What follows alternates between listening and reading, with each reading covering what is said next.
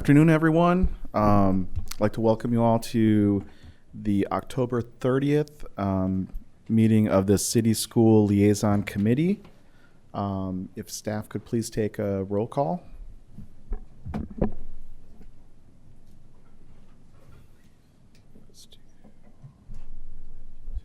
Or I can, okay, which staff? Well, I can do the roll call. Ms. Rolowitz? Here. Ms. Savage-Williams? Here. Councilmember Newsma? Here. Councilmember Harris? Present. Mr. Salem? Here. Ms. Anderson? Here.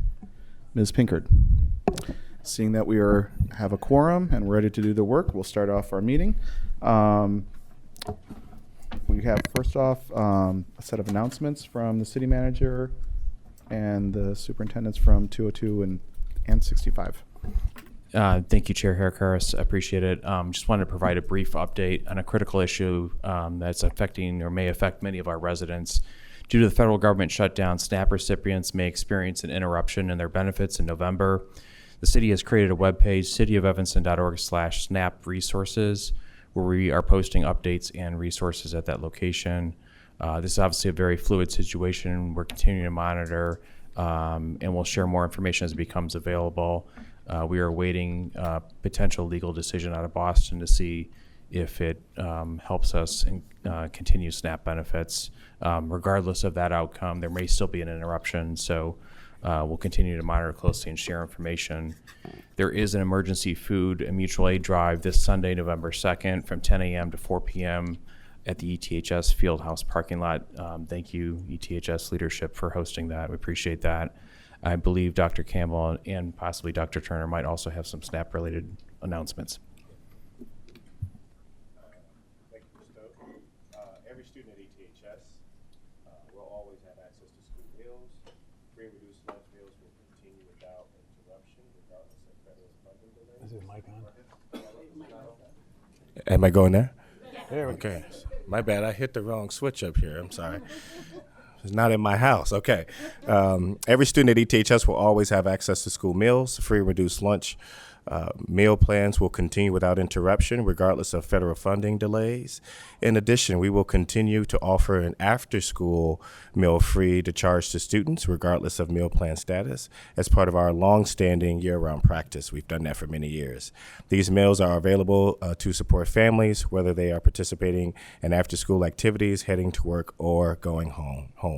And we appreciate the concern and the outpouring of support from members of our community, and those who wish to support local food assistance program can donate non-perishable goods to the emergency food and mutual aid drive at ETHS, as Mr. Stowe just mentioned, parking lot on Wildcat Drive on Sunday, November 2nd from 10 a.m. to 4 p.m. District 65 is in alignment with Dr. Campbell as well, and so we will continue to provide food to our families as well. We will continue to partner. We actually had a meeting with the health department and the city of Evanston to support any of the communication as it relates to any of the things the city is doing, and so we will continue to support that as well. Thank you so much. Introductions, should we have everyone introduce themselves? Sure. And we can start from the stage right, I think they call it. All right.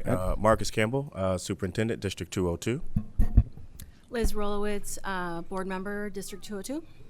Pat Savage-Williams, President of the School Board in Evanston 202. Good evening, Luke Stowe, City Manager.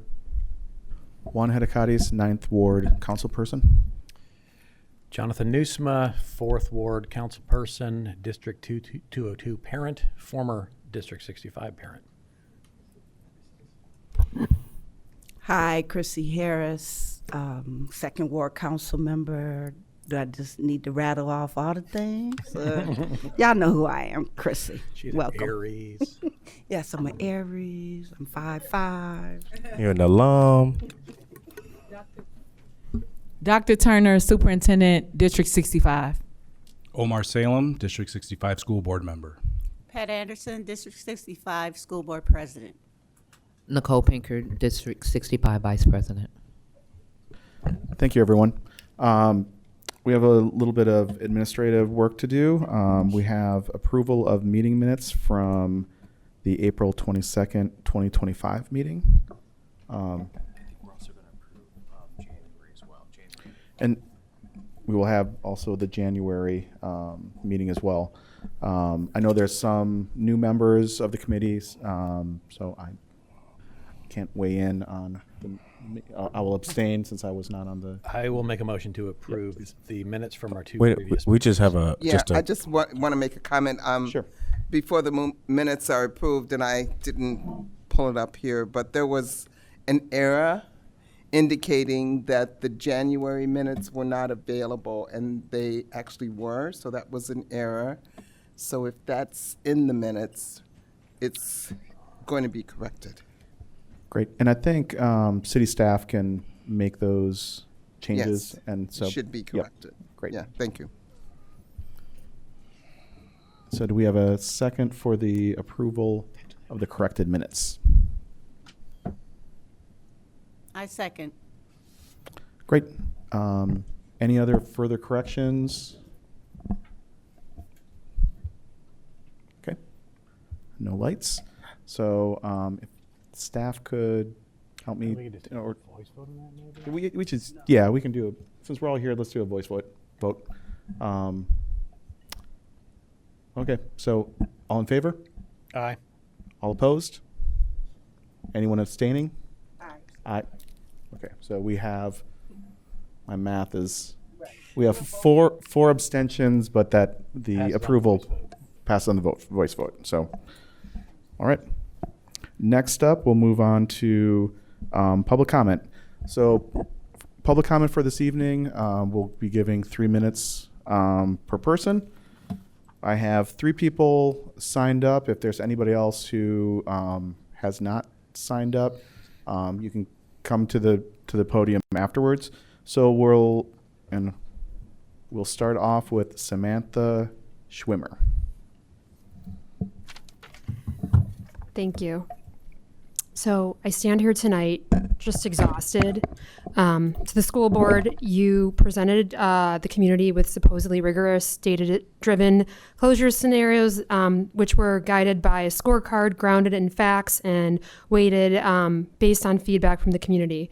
You told the public which schools were under review and which were not. Then 5 hours into a meeting, you threw out your own data, threw out your own process, and suddenly added Orrington Elementary into the mix, a school you had explicitly ruled out. Let me remind you all of your own rubric, which you shared. Geography, 32% weighting, Orrington 5, Lincolnwood 1.1, Kingsley 1. Equity, 22% rating, Orrington 2.2 versus 1.0 and 1.1. Cost, 21%, Orrington 5, Lincolnwood 4.3, Kingsley 3.7. Those are your numbers. To the city council, you may think this is the school board's problem, but if you don't step in now, the consequences will land on you and this city. This isn't just a school issue anymore. It's a public safety issue and a financial one. If Orrington closes, hundreds of children will be forced to travel further each day, many across busy streets, overburdened by the Ryan Field corridor. It's not safe or simple. These are high traffic arteries in the city, already struggling to manage. We already know what's happening with the Northwestern Stadium redevelopment. It drastically increased the congestion, noise, and public safety burdens on that neighborhood. The city council, are you all going to help us with this oversight? Are you going to help us with the safety of our children? Orrington families are already absorbing so much to support Northwestern's expansion. We refuse to be collateral damage in a backroom deal to offload our school to the same institution that pays no property taxes. Our school community should not be sold out for a few shekels. Mayor Biss, I really appreciate you, but your family has a private school. You have that option. We do not, and we need your help. We are at your mercy. Beyond the data, we that on the scorecard, 83% of our families are willing to help support a tax referendum. 95% said they are ready to fundraise for the district. And we are the only school that has an exemplary elementary school rating in the district. We have 32 languages spoken at our school. Our findings underscore what your own data already shows, that additionally there are high financial and social stakes on the line for the city of Evanston. When a thriving neighborhood school is shuttered for no legitimate reason, please preserve Orrington, not out of sentimental reasons, but because closing it would be financially reckless, logistically dangerous, and morally indefensible. Thank you. Next person on the list is Kelly McCabe. Hello. Hello. Good evening, City School Liaison Committee members. My name is Kelly McCabe. I am the parent of 2 children who are thriving in the two-way immersion program at Washington Elementary. We live in the 2nd Ward. Our family's daily routine reflects the interdependence of our city and our schools, from soccer practice at ETHS to regular visits to the Robert Crown Library branch. Evanston's public institutions are the backbone of our children's lives. My family's relationship with Evanston's public schools spans generations. My parents first met in kindergarten at Oakton School in the 1950s. My aunts, uncles, and extended family have all attended District 65 and District 202 schools. This history has shaped my belief in the essential role of public education as both a public good and a cornerstone of community vitality. I want to commend this committee for its ongoing efforts to strengthen coordination among our local entities. As District 65 engages in complex and consequential discussions about its future, it's more important than ever that our institutions work together. Evanston is fortunate and has exceptional resources, intellectual, cultural, and civic. They can be leveraged to enhance our educational outcomes and our community. For example, the city might explore co-locating municipal services in underutilized District 65 facilities, improving efficiency and access while reinforcing schools as the neighborhood anchors that they are. Just imagine if meetings like tonight's were held in a school building, underscoring our shared commitment to students and families and making parking easier. In community discussions, I frequently hear admiration for District 202's stability and success. That perception raises an important question.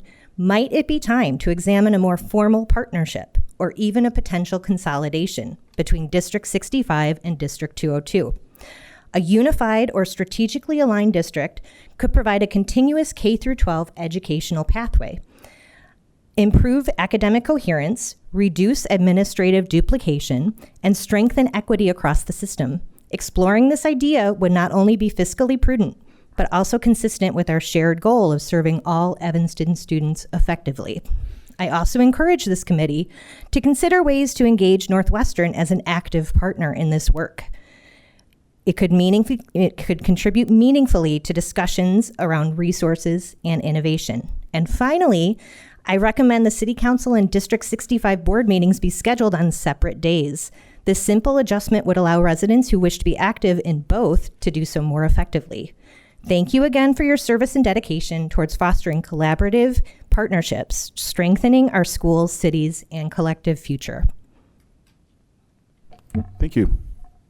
Next up is Jacob Carlin.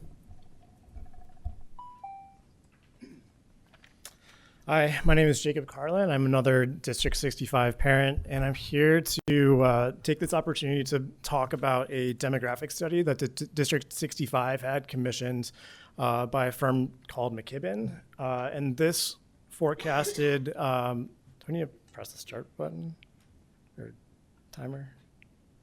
All right, we'll just no timer. This report forecasted that D65 is going to see a decrease in enrollment through 2039, and this has been a factor in at least some of the district's decisions to close neighborhood schools. So I wanted to take this time to point out a few stipulations and factors that were in the study that I think may not be obvious to the decision makers on the board. The study assumes that the rate of students transferring into and out of Evanston Skokie School District will remain as the same as the 2019 to 22 through 2023 2019 to 2024 average. During this time, District 65 saw an average of 5.1% drop in enrollment per year. This is during the pandemic, and I don't think that this rate of decline is sustainable. So this would be a false assumption that I don't think is going to continue through 2039. Also, the study assumes that housing turnover rates, the sale of existing homes in the district, will remain at their current levels. Again, Evanston and the rest of the country has seen a drop in housing turnover because a lot of people locked in with 3% mortgages. They're reluctant to give that up, so there has been relatively low turnover. Again, this is not a sustainable trend through 2039, so I don't think this is a valid assumption. It also stipulates that D65 is classified as a small area population, which forecasts are more complicated to calculate, especially challenging in the forecast of the migration rates for local areas because changes in the area's socioeconomic characteristics can quickly change from past and current patterns. Basically, we're a small area and things can move up and down pretty quickly. I wanted to point this out because D65 is relying on this demographic study to make a decision to close schools, and then at the same time, the city has this big plan of Envision 2045, which they're trying to upzone, increase walkability, increase affordability. And I wanted to point this out, and hopefully you guys can use this opportunity to, the city communicates to District 65 and say, walkable neighborhood schools is an important part of the plan. It might not be the best idea to close a bunch of schools because that doesn't fit with the entire city's vision. Thanks. Thank you. Next is Jeff Bruini.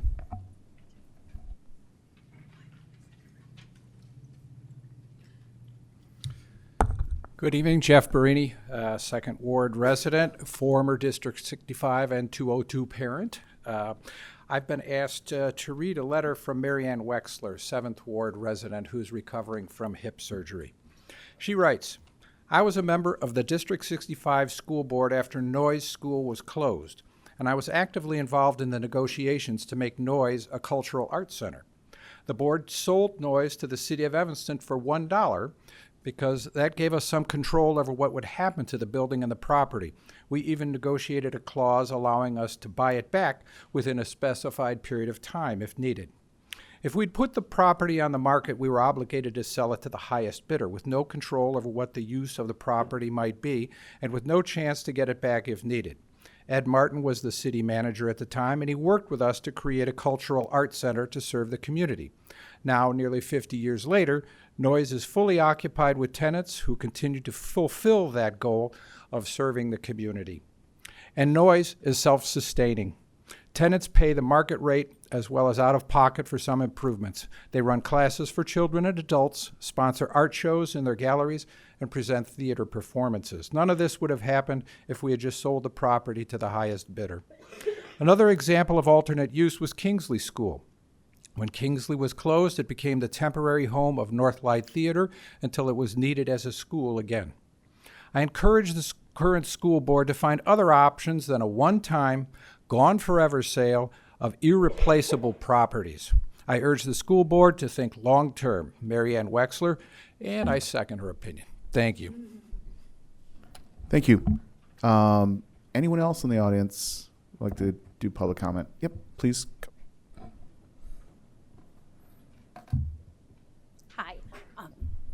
Hi, I'm Jeannie Albina.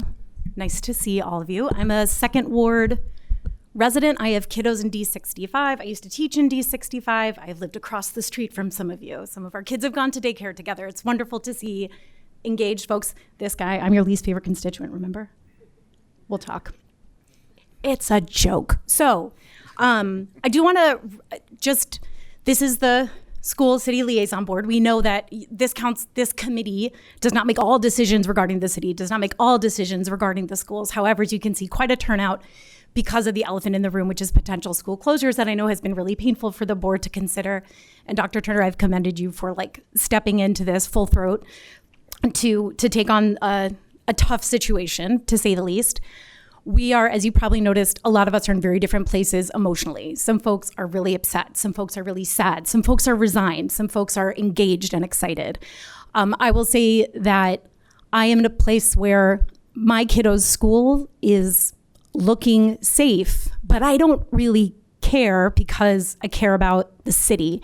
And so I want us to stay engaged in that sort of thinking. And I think a lot of us are in that position too. We're like, sure, of course, selfishly, I want my kid's school to stay open. Obviously, he's a handful. I don't want any school to have to take him in 5th grade. That's not nice to anybody. But every school is special. Every school has a story. So when I think about this particular body and what we can hopefully do moving forward is think about how the city and school boards can collaborate, and facilities are really top of mind.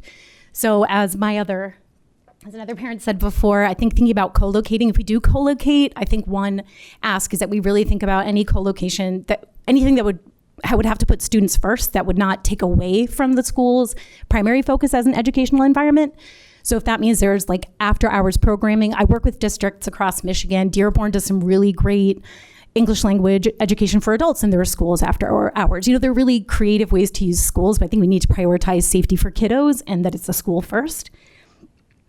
Also protecting capacity, because like as we mentioned, you know, Kingsley used to be a theater and now we need it again for kiddos, and now we might not need it for kiddos, but it would be a shame to offload schools that we're then going to need down the line. So what I do feel comfortable speaking for the Washington Task Force, saying that we want to partner, we want creative solutions, we are here to work with you, not work against you. Our school is looking safe, but we're still showing up. We met with council members the other day. We're going to keep showing up because we care about all of Evanston. We have a lot of smart people, you know, our Legion of Nerds. I am not one of them. But I think there are solutions out there. We just got to keep it kiddo focused, education focused. I agree, board and city council on separate days. And let's not forget the finance committee letter that came out on the 10th of October that is calling into question some choices by. Thank you. Next, I don't have any names, so just please come up and introduce yourself, please. Hi, I'm Liz Woolens. I have 3 kids in District 65, and my husband is a 202 special ed teacher. I'm a founding member of Invest in Neighborhood Schools, which is approaching 1,000 members from all District 65 elementary schools. I wanted to thank you all for meeting tonight. I know that this meeting wasn't on the calendar a few weeks ago, so I really appreciate you all coming together.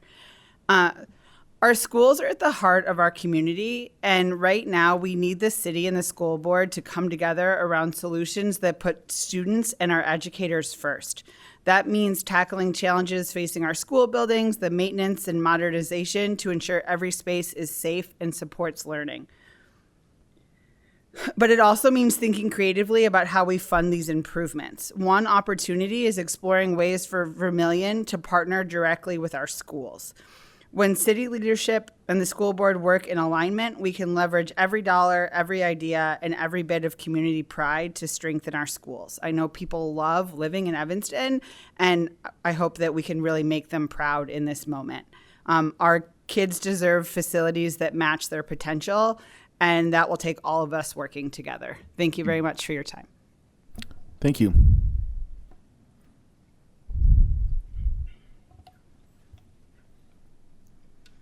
Hi, my name is Julia M. Finger. I'm a D65 parent. I have 2 children at Kingsley. They both have IEPs.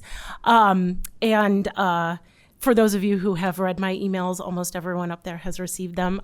If you have, I'm going to apologize for reiterating some of my points. If you have not read them, I don't blame you. They're long. As I said, I'm a Kingsley parent, and I'm not here to advocate for my school in particular.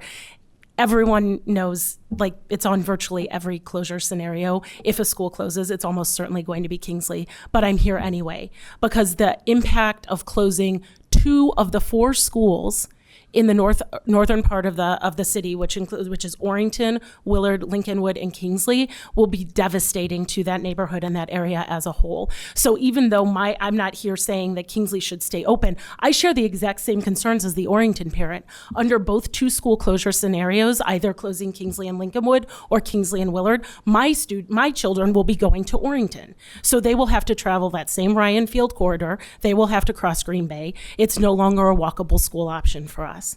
I do work in real estate, so I see everything through sort of a real estate lens. And but in this case, the real estate is very near and dear to my heart because it's my neighborhood that's going to change. And it will be the district will be locking itself in to a pattern if it closes 2 of the 4 schools that serve that very specific geographic area. It will be locking itself in to the amount of students that it can accommodate. And this is where it dovetails with the city's plans, the Envision Evanston that everyone has already brought up. And I think that the city and the district need to be aligned in that. We have seen no traffic studies about what's going to happen when suddenly you have 2 schools serving an area that used to be 4 schools. What's going to happen to traffic patterns? Willard and Orrington, I don't even believe have parking lots. If they do, they have 10, 12, 15 spaces. They certainly can't accommodate like an all-school event. For example, last Friday night, Kingsley had its probably last Fall Fest. Kingsley's a walkable school. The parking lot was full and there was no parking for 3 blocks around the school. Imagine what will happen if Willard or Orrington try to hold a winter concert, if those are the 2 remaining schools, or even if it's Orrington and Lincolnwood. Lincolnwood also has a very small parking lot. There are no drop-off and pickup zones. These are the types of things where, again, the city's interests, those are infrastructure problems. The city's interest and the district's interests need to be communicated and aligned and coordinated so that the entire neighborhood isn't impacted. Geography is important. And I do understand that metrics and utilization rates are important too, but they can't be the only thing. Thank you. Thank you very much. And that concludes public comment. So we'll start with our agenda, and we'll start off first with Commander Glue is going to give us an update on public safety and response to federal activity from Evanston Police Department.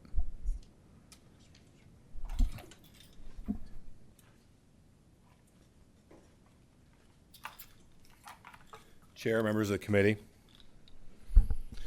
So I think we had a couple of topics to cover tonight from the police department. My understanding is this is going to be the federal response to federal authorities in town portion. There'll be another portion about traffic enforcement by the schools that I think is covered in the next portion. So anyway, that's what I'm going to talk about now, is the Evanston Police Department's response to the reports of federal authorities, namely ICE, operating within the city with their operations. So this is something that we've already talked about. There's been a lot of that's come out from the city. There's public-facing information on the website, but I want to kind of hit some important points, especially when it comes to the police department. We generally are not notified by ICE or federal authorities that they will be operating in the city. So when we get reports of ICE operations, it's typically from from citizens calling us or us picking it up on social media. And so what we will do is, when we are notified of this activity, we will dispatch a police supervisor to go assess the incident. Such as yesterday, we had an incident reported at Lovelace Park. We went up there, the supervisors went up there, there was nothing going on at that time, but they did an initial assessment and investigation of that call.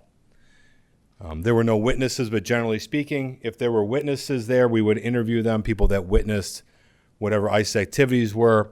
If there was evidence, pertinent evidence to what happened that would document what happened, we would gather that and facilitate any recovery of video. I think everybody's seen on social media, there's a lot of video of these operations. If somebody presented that to us, we would facilitate the recovery of that. If the federal agents are still present, which they have not been to this point by the time we arrive, we would then make an attempt to meet with a supervisor or special agent in charge of that unit. These are dynamic situations. They don't always lend themselves to a meeting, but we would make that attempt to at least identify that team for purposes later as we document our initial findings. The chief then can review what occurred. The Illinois Attorney General's office has set up basically a review board, and we can review what we feel or when we assess it that we believe is something may fall outside a line of policy or misconduct by the ICE officials. We can refer that to the Illinois Attorney General's office, and they can follow up from there.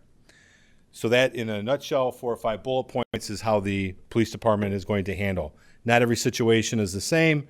Things can be different. Things are fluid, but that's just general path that we're going to follow. With that, is there any follow-up questions or anything that I can clarify? Looks like we don't have any questions. Okay. Thank you. I think we can. I think you're stuck being up there for the All next right. one. Okay, Let's go. Let's go. Traffic and pedestrian safety updates. So I'll start this off with a compliment to District 65. I drive past Kingsley every day. I want to recognize the fact that the crew of crossing guards out there have been very engaged, very active, and very attentive. So from firsthand, I can speak to it. So we'll start off this with a compliment before we get into the rest of our discussion about traffic safety around the schools. So the Evanston Police Department is increasing monitoring traffic and pedestrian safety near the schools in response to community concerns and things brought to us by council members. This is not a new thing. This is something that happens all the time. And actually, in our yearly operations, we make a note every year as school starts again to basically have extra deployment and retrain everybody how to drive around the schools and drop off and pick up safely. So there have been, in response to these concerns, traffic, pedestrian concerns, there has been, our traffic enforcement vehicles have had additional presence at District 65 schools. This has caused a little bit of an issue because our traffic cars are not the standard fully marked light on top of the car police car.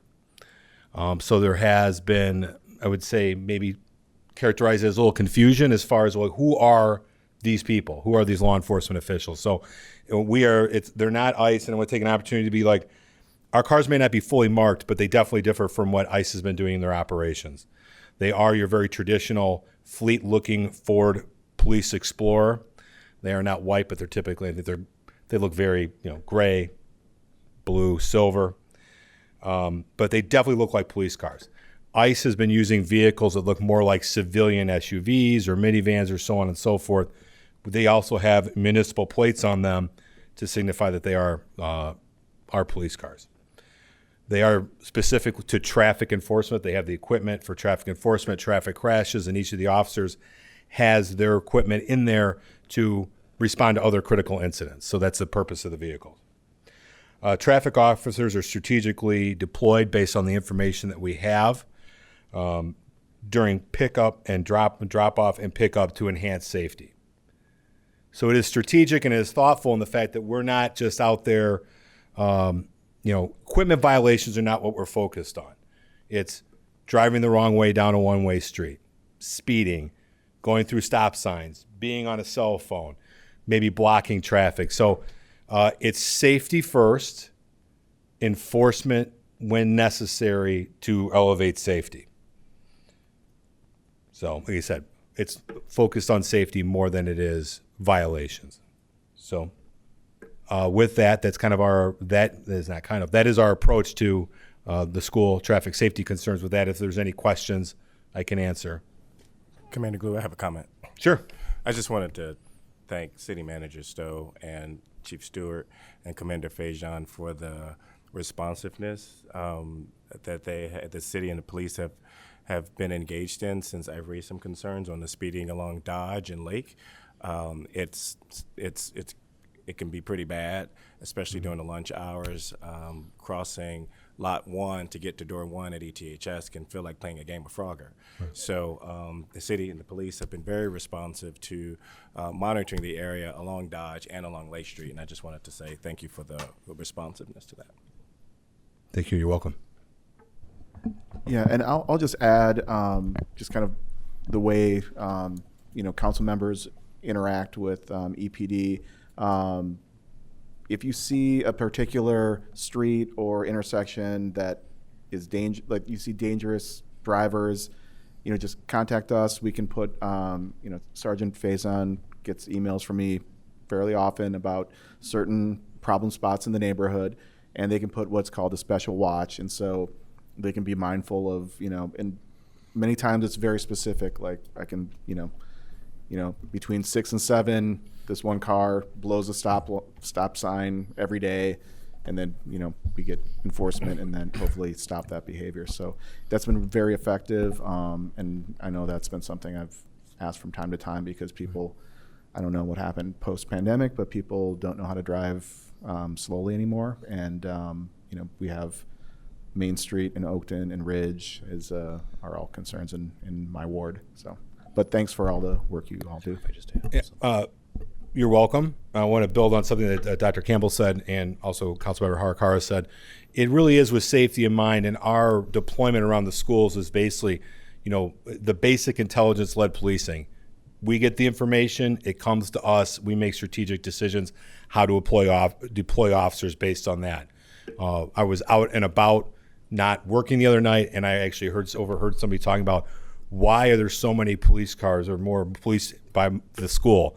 And I said, well, because people have brought that to the attention of the police department, and that is why we're there. So when you see it, I'm going to say that probably at least 95% of the time, it's because we are responding to intelligence that we have received from the community, however we got it, how to elevate safety around a school. I just want to add as well and say thank you to you and Chief Stewart for the collaboration that EPD does with District 65 and our safety team. I mean, anytime we call you or something happens, you come right away. I know this week, the concern has been around Willard School specifically, and so you all have been very responsive. And so I want to just make sure we continue that collaborative work together. So thank you. Yes, and the communications department of District 65 and 202 is always very good at reaching out, and we keep each other apprised of what's going on and what the concerns are. So if there are concerns, it's getting to us so we can hear it and appropriately address it. City Manager Stowe. Yeah, I was just going to add on to thank you, Dr. Turner, for mentioning that. We will continue to collaborate and communicate with school officials when we're going to be doing traffic enforcement around schools. I believe a communication went out to the Willard School community, I believe this morning, in regards to that. So we'll continue to do that. Councilmember Newswell. Thank you, Mr. Chair. This is a question, I guess, for Dr. Turner, not about EPD, but about crossing guards. I occasionally get calls about crossing guards being late or not showing up. How would you like us to handle those calls? And I guess this is related to EPD. Is there a way that EPD could fill in while the crossing guard situation is being sorted out? Yeah, in terms of if there's a complaint about a crossing guard, if they email transportation@district65.net, it goes right to our director of transportation, and they filter through and is very responsive in responding back to those. We're also tracking to see if it becomes a pattern, and then we follow up with Andy Frame, who essentially is responsible and employ those crossing guards, and then we manage, any issues in partnership with Andy Frame. So if they just keep doing that and emailing us, we get right on it to try to resolve it. Transportation@district65.net. Great, thank you. Thank you.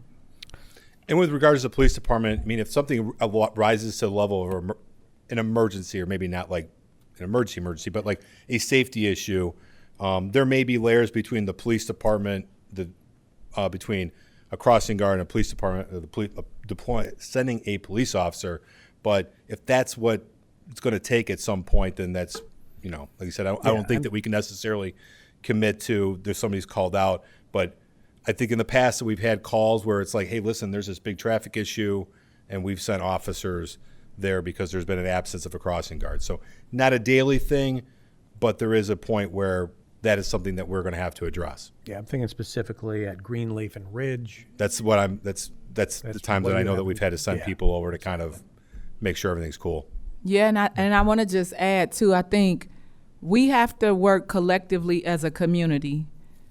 In the morning, cars are flying, and kids are crossing schools. We had an incident a few weeks ago where a driver just disregarded the crossing guard and injured a student and disrupted the entire morning because they were late trying to get to work. And so if people can just be thoughtful that the crossing guards are doing their jobs, but it can become a very traumatic experience for people when we don't slow down and honor the crossing guards crossing students across the street. So I think that's something we have to collectively work on as a city, because we still got some work to do there.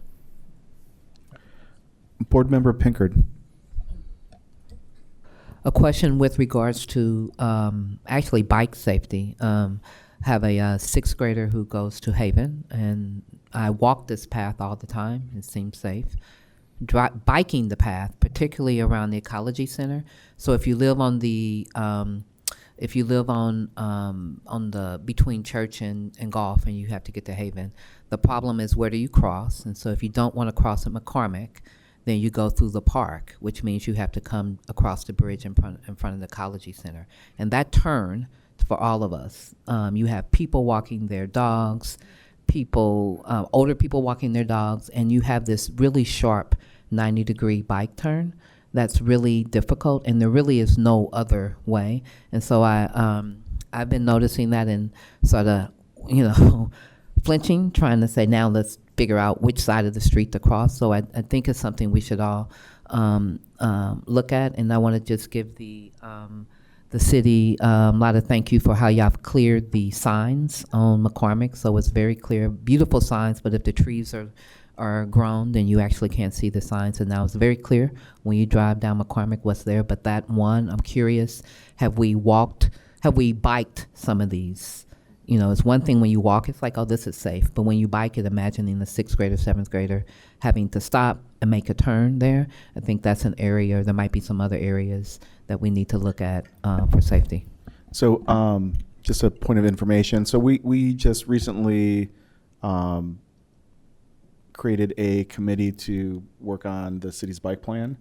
And so if these type of concerns are really it's good for us to know, but that's something we'll take note of. And I think currently it's myself, Councilmember Isles, and you, and Councilmember Harris, and so I don't. Have we City Manager Stowe, have we posted that our first meeting? I'll check on that. Yeah. So we can. I think that's I know, again, I'm using experience of my ward. We have kids going to shoot, and Dawes and Oakton, and there's a multi-use path to Dawes, but we're trying to get a good forward-looking plan to get it as safe as possible for all those kids. But very good point. Board Member Salem.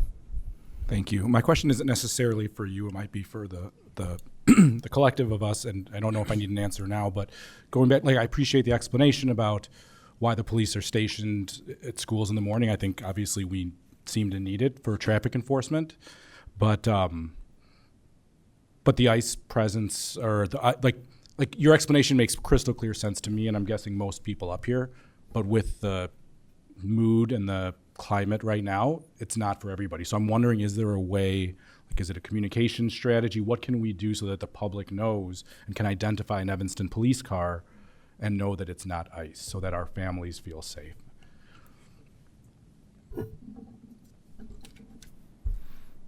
I'm happy to let Commander Glue add to this as well. I think my conversations with Chief Stewart earlier this week is just continuing our communication to Dr. Turner and the principals that are impacted by the local enforcement, so that they can do appropriate communication for the parent community. Thank you. I'm wondering, maybe we can take actual pictures of the car, of what an Evanston police car looks like, and share those out, possibly with the PTAs, the principals, stuff like that. Okay. Thank you. Lisa, I will put that on the list to review tomorrow. Like I said, I know I've been talking to District 65 Communications, so we'll see how that can potentially fit in. One last thing I'll add about the bike plan committee. I think it's appropriate if District 65 or 202 board members want to be a part of that. Y'all can, nominate someone or just ad hoc, just come by. I think that'd be a great opportunity to collaborate. Can you send us the meeting times, locations, all the information to both myself and Dr. Campbell, and then we can situate someone from our teams who should be part of that. Sure, and we have, I know, City Engineer Biggs can speak to that a little bit. Hello, my name is Laura Biggs. I'm the city engineer. So we are still pulling that together, and we will definitely be reaching out to 65 and 202. We just have not done that yet. We do not yet have the meeting scheduled, but when we do, we'll reach out and talk about having representatives. Historically, as we do bike plan updates, we have always had members of the schools and communities participating in those committees. Great, thank you. Okay, seeing no further lights, I think we can move on to the construction update. And you're back again. That is also me. Thank you. My name again is Laura Biggs. I wanted to just touch base. Most of our construction projects have successfully concluded, and so this year we did do quite a lot of sidewalk work around the schools, as well as putting in some sidewalk gap infill projects, particularly around King Arts. That work is wrapped up. That included work with a grant from Safe Routes to School to repair sidewalk around the schools. So we were pleased to say that that work is complete, and we will not be disrupting pedestrian traffic in the near future the same way that we did over the summer. We have finished up most of our water main work, our street resurfacing. We do have one of our alley projects ongoing by Haven School that is causing some construction traffic there. That will be complete mid-November. Green Bay Road, which is on everybody's mind these days, is scheduled to have resurfacing done pretty soon, then pavement marking, and is scheduled to be done by late November. We have some lead service line replacement work that is going on north of Church Street by the high school in the area that is pretty much bounded between it's a triangle north of Church with Canal on one side and Green Bay Road on the other side. That work will continue through the winter and finish up in spring 2026. Most of that work is not heavy construction vehicles, but is replacing the lead service lines that are in the parkway. So it's not the same type of work, but it is ongoing. And that's pretty much our update. We're buttoning up everything for winter otherwise, and we'll be back in the spring.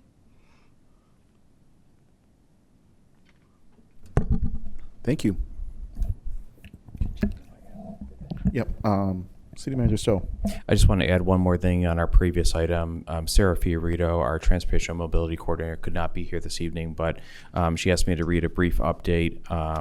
Last Wednesday, the City and School District 65 submitted an application for a $100,000 Safe Routes to School grant to fund an in-school transportation education pilot program for fifth graders. The proposed week-long walk and bike unit will include classroom, parking lot, and on-road learning, and will take place during a series of in-school physical education classes.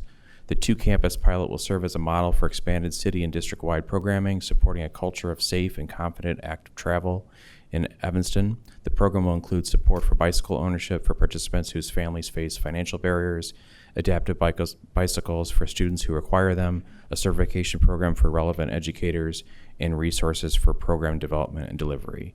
And my understanding is we'll hear about the grant award from IDOT sometime in the spring. Thank you. Thank you.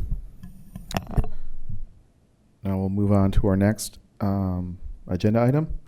A little discussion about data and population projections. So I think Director Flax.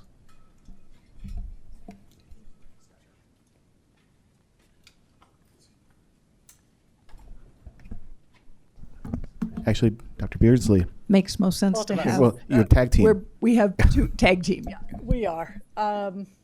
Do we slides or? All right. So essentially, as we talked about this topic and did a little prep on city schools, as was brought up earlier, there have been some questions as we're engaging in conversations around potential school closures about any intersections between our demography reporting and any of the population data that City of Evanston is using for Envision 2045, and whether there's been collaboration or conversation at all between the city and District 65. So before Sarah jumps in on kind of housing, got it? Cool. This is just a little bit of background on our demography work. And when we connected and looked at the information that's feeding into your housing report and what is in this demography report, there are some very consistent trends. What I do want to say, addressing a little bit of the public comment first today too, is District 65 conducted an initial demography report in 2021. And that demography report came in and indicated decreasing enrollments over a period of 10 years. Clearly a pandemic landed, and coming out of the pandemic, folks said, hey, we're seeing this trend in declining enrollment. We do have questions about whether it really is birth rates, people living in the city, or whether it's the pandemic. So we went out and we essentially contracted for a second demography report, and we intentionally reached out to a different provider in order to kind of cross-check our outcomes. When we got the McKibben report in 2024, essentially what we saw was parallel findings between the Coffin report in 2021 and the McKibben report in 2024, which indicated that District 65 enrollment continues to decline. However, the slope of that line flattens out. And so what I've got on the slide here are a couple excerpts from the executive summary. This demography report, as well as the other one, is available on our district website, and this was presented to our school board in February of this school year. Couple key things that came out of this, and I think speaking to some of the confusion sometimes in the community, it's important if we talk about enrollment as opposed to population, okay? Our demography report called out a couple things. It called out essentially steady population forecasting for the city of Evanston with a small increase over the next 10 years. However, it called out a decrease in District 65 enrollment. And that decrease in that first, you can see the line there, is a 7.3% decrease, which is a net of about 401 students before 2030. Then we stabilize, and in the very last year of that demography report, we show an uptick in enrollment again. The items that our demographer pointed to in this demography study, most strikingly, was an increase projected, and this is all forecasting, a forecasted increase in the median age of the population in the school district, which for us is fully Evanston-Skokie, of 4 years, shifting from 37.2 in 2010 to 41 in 2035. And so pointed to kind of the aging population in the city of Evanston. I know as Sarah picks up around housing, our demographer also called out a potential trend about what he referred to really as kind of aging in place, and that talks about some of the tensions in the housing markets and the cost of moving on from potentially a house that maybe is larger than your needs right now to the next stage of living. A couple other things that kind of came up in this, you know, I knew you guys were going to be talking about housing. Then one of the assumptions here is a steady rate of housing within Vision 2045. That could potentially change, but you can see that, you know, he makes assumptions about the rate and the magnitude and pricing. One last note too is, you know, because there's tension at time for us in conversations about birth rate as opposed to being in and out of the district, things along those lines. What we show coming out of the pandemic is the percentage of students that are in the district has been increasing and is getting close to pre-pandemic levels. All right, and then the note here is that birth rate, based on this forecasting, is below replacement rate, indicating longer term decreases. All right, so we have been leaning on this, I think just visually. Oh, now I want to click on, let's see if I can do this here. Go down. Let's see, here, just go one more slide, that's all I want to show. And just visually, this is what this looks like in District 65. Now I might have just jammed up the whole system, right?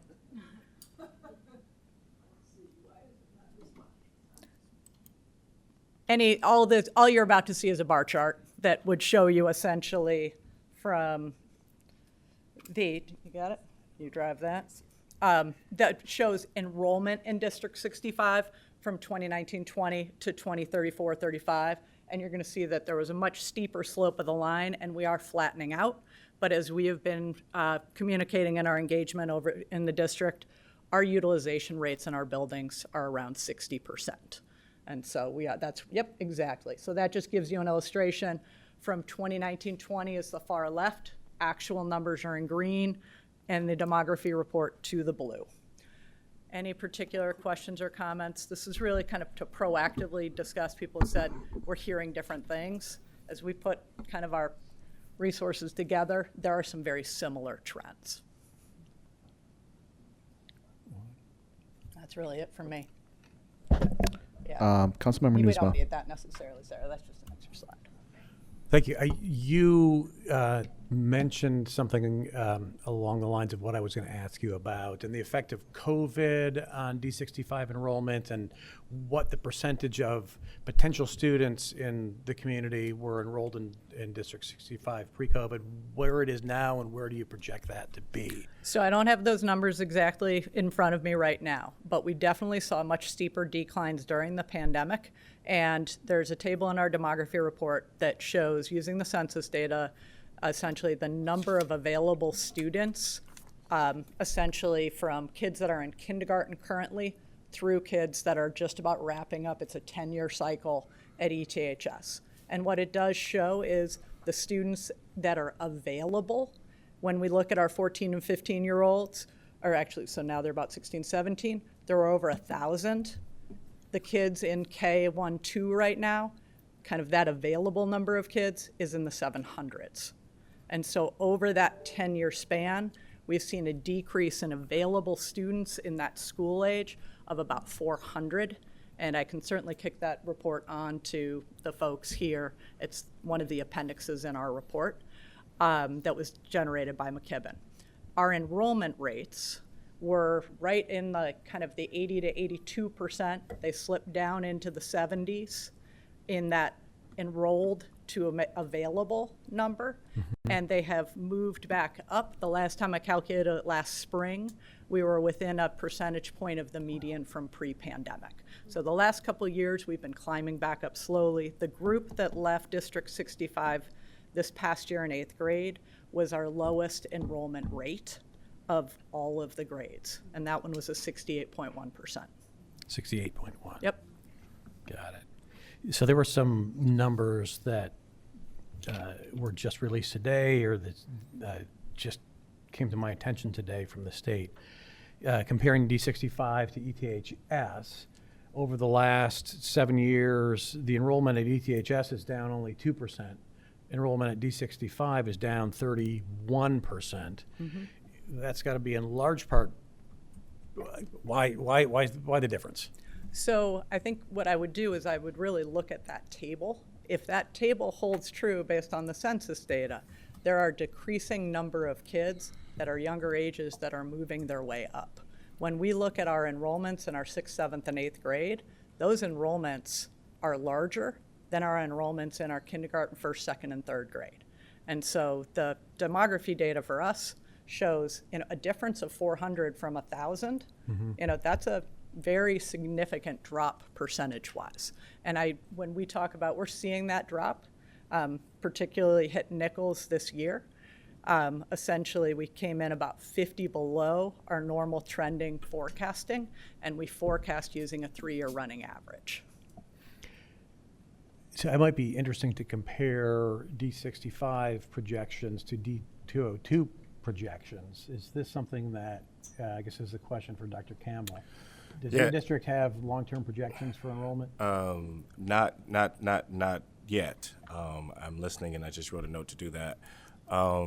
We saw bigger cohorts come through in the last 7 years. Normally our grade level classes range about 850 students. In the last 7 years, we had 2 classes that were over 900 and 1 class that was over 1,000. And so now our enrollment is trending back to where it was. We saw like just a bit of a bubble, and we're leveling out to where we used to be. So given what District 65 has uncovered, we're certainly taking a look at what might unfold in the future, but we're not really concerned about our enrollment numbers. Right, so ETHS, if I'm trying to synthesize this all, ETHS numbers have been high for the last few years, unusually high. we've got smaller cohorts coming into D65 or even being available for D65. Our peak enrollment year was 2016, 2017. Right. That's when we peaked out. I think it was just over 8,000. And so, but 2016, 17 was our peak year, and we've been declining since then. and sussing out what's the, what impact the downsizing of the cohort, and what impact is the COVID era, a loss of students to private schools is, I want to make sure we are. I think there are intersecting effects there. Yeah. That is absolutely true. And then certainly the benefits of a consolidated high school with a lot of great offerings. So there have always traditionally been kids that then move into the high school side. But we are absolutely looking at the data we have, looking at a trend of declining birth rates, declining younger students in the Evanston-Skokie School District. And we would love to get our enrollment rates up. Those are creeping back up after the pandemic and getting closer to pre-pandemic levels. So we're working with intersecting impacts. Yeah, and I guess fundamentally, is it possible that the trends that are being projected in your calculations kind of undercount the number of families that have left the district but are left D65 schools but are still in the district, and maybe we can get them back? So essentially, we forecast, we've done 2 sets of demography reports. And when we crosswalk our data to those demography reports, we see a lot of consistency. And we also do our 3-year running forecast. And so, yes, I think there are always potentially some more students to come into the district. I do not think that they're at the volume that changes some of the difficult reality that we are working through right now. Because our buildings are at approximately 60% utilization. The other thing in that same demography memo, we pulled district information for districts that had similar enrollment to us that were K-8 and shared the average number of buildings that those districts have. And I believe there was one district out of, I think, the 10 or 12 in that table that had more buildings than we did. The rest all, the average was more in kind of like the 14 area, and we're at 19. That's all for me. Okay. Board Member Salem.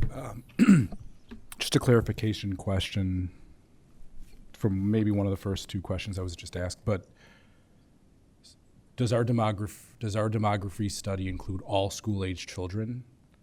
Like, is it easily accessible? Like, if we look at it, we can see how many school-age children there are and how many enroll in D65. The final table in that appendix captures the available students that live in our boundaries based on census data, and then shows what our actual enrollments are based on, and that was from 24-25 back. And so we were going to roll in our actuals into that to capture again our enrollment rates. Would you happen to, be able to pull up now, or if not, you can email me, or we can share it out, but what is, I'd like to know what the available number of school-age children is. So to see, if I were to, so right now, so the kindergarten class so this was our census data, this is table 7 in the census data. The group that would be freshmen at ETHS this year, the available number of students for that group was 987.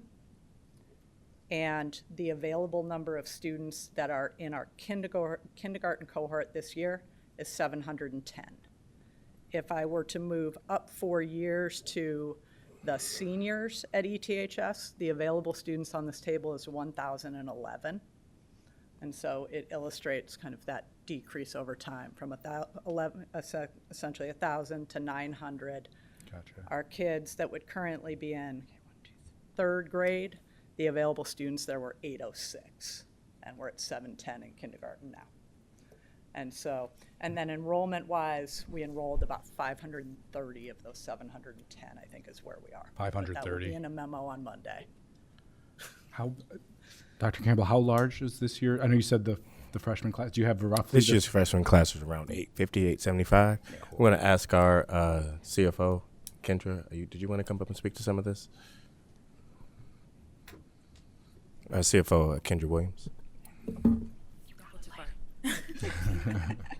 So just to clarify the question that came up earlier about how we determine our enrollment projections, we do use the information that is provided by District 65 because we know that those kids will end up at the high school. However, it is a piece of the data that we use because it's weighted against also knowing that there are kids who come back from other options that they may have had in K through 8 that they will then still come to the high school. So we take into account how many students we're typically getting from District 65, placing the appropriate weight on that, and then extrapolating that information to determine what we believe will have happen over the course of the next however many years.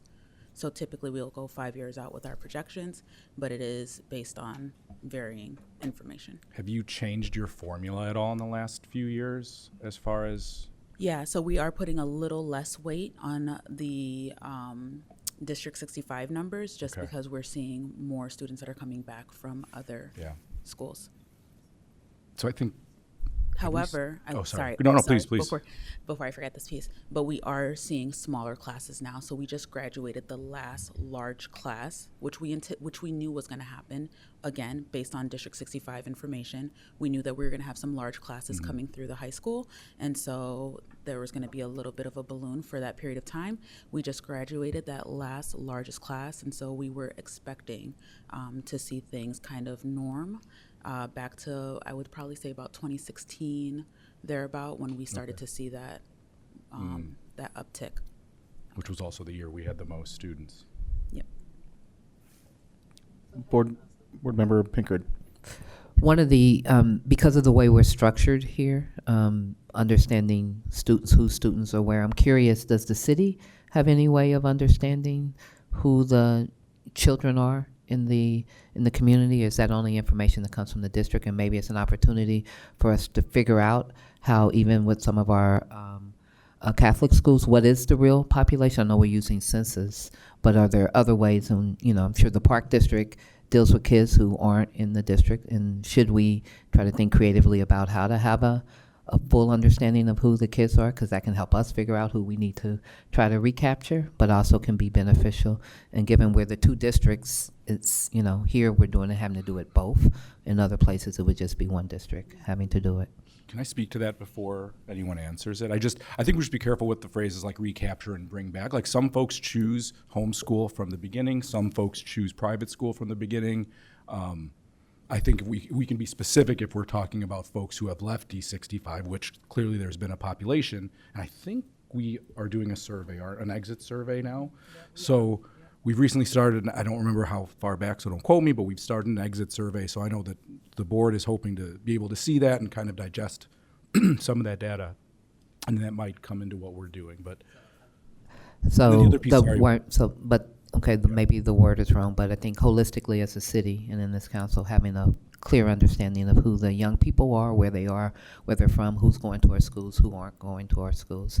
I think that can benefit all of us to figure out a way of doing that together.